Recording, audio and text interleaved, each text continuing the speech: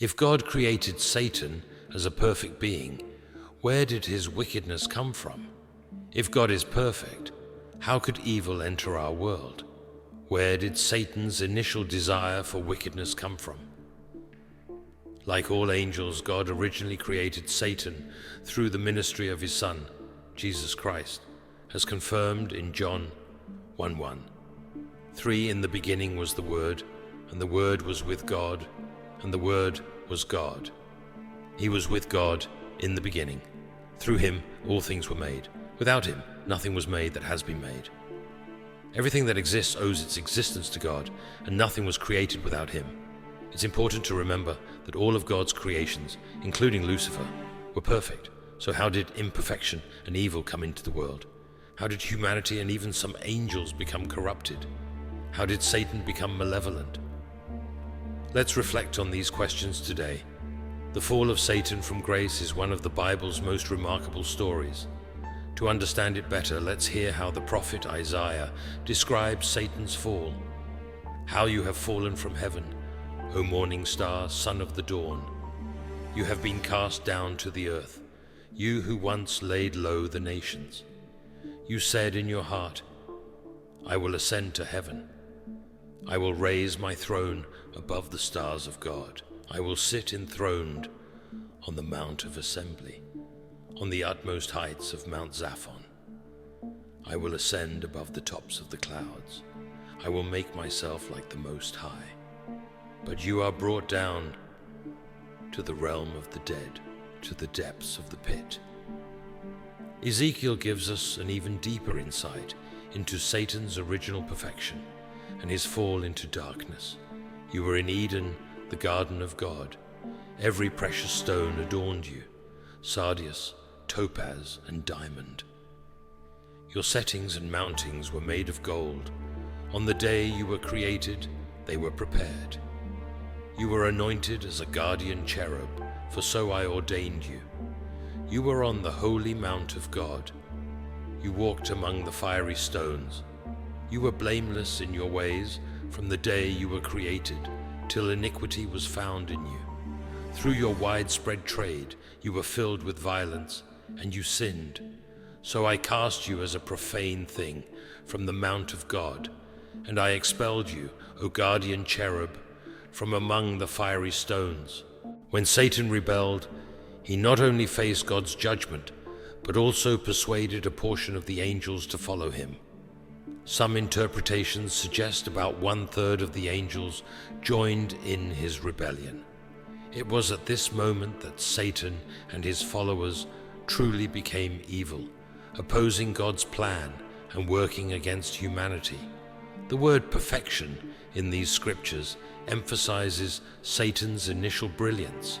He was not only wise but radiantly beautiful. He bore the seal of excellence, blameless in his ways. Both Isaiah and Ezekiel highlight that he held a position of great authority and closeness with God, residing on God's holy mountain, a place symbolizing God's visible glory. Yet despite his perfection, iniquity was found in him. How did this happen? Ezekiel 28:17 offers a key insight. You became proud because of your beauty, and your fame corrupted your wisdom. So I cast you to the ground as a warning to other kings. Satan's pride and self-centered nature clouded his wisdom. He became obsessed with his own splendor, losing sight of God's glory, and that led to his downfall. This story warns us about the dangers of pride and self-focus. In Luke 10:18, Jesus recalls, I saw Satan fall like lightning from heaven. This statement followed the return of 70 disciples who were celebrating their authority over demons.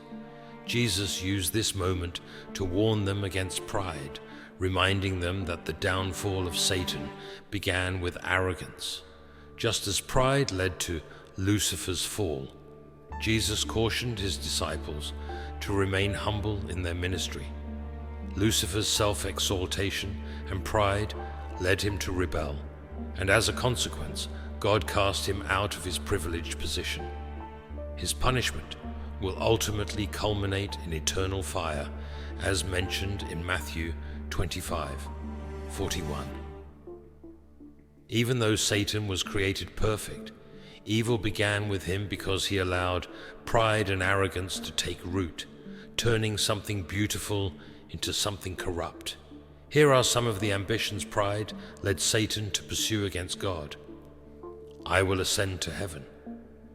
Although he already had access to God's presence, Satan wanted God's position. I will raise my throne above the stars of God. The stars symbolize angels, and Satan sought to elevate himself above them. I will sit on the Mount of Assembly. He desired rulership over all things. I will be like the Most High. This represents the height of his rebellion, aiming to make himself equal to God. Satan's pride and self-obsession transformed his nature from perfect to corrupted. The holiness given by his Creator turned into defiance and wickedness.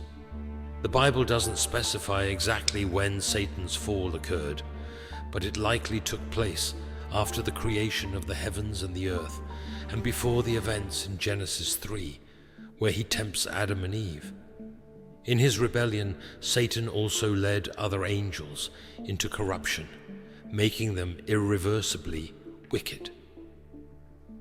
Revelation 12:4 symbolically describes this, saying, "A third of the stars of heaven were swept away by the dragon's tail," referring to Satan's influence over a third of the angels. The Bible clearly portrays God as just and perfect, condemning sin as deserving of judgment. God neither causes nor promotes evil. James 1:13 reminds us, "When tempted, no one should say, 'God is tempting me.' For God cannot be tempted by evil, nor does he tempt anyone. Evil arises from the choices of God's creatures, not from God himself." Satan's downfall is a lesson in how pride can turn blessings into curses. His focus on his own beauty led to his separation from God's presence. Today he continues to be driven by pride, attempting to claim what belongs to God. Understanding Satan's pride serves as a warning to us to seek humility and resist self-centeredness through the power of the Holy Spirit. By reflecting on these truths, we gain insight into the nature of evil, the importance of humility, and the need to rely on God's grace to overcome the temptations that arise in our own hearts.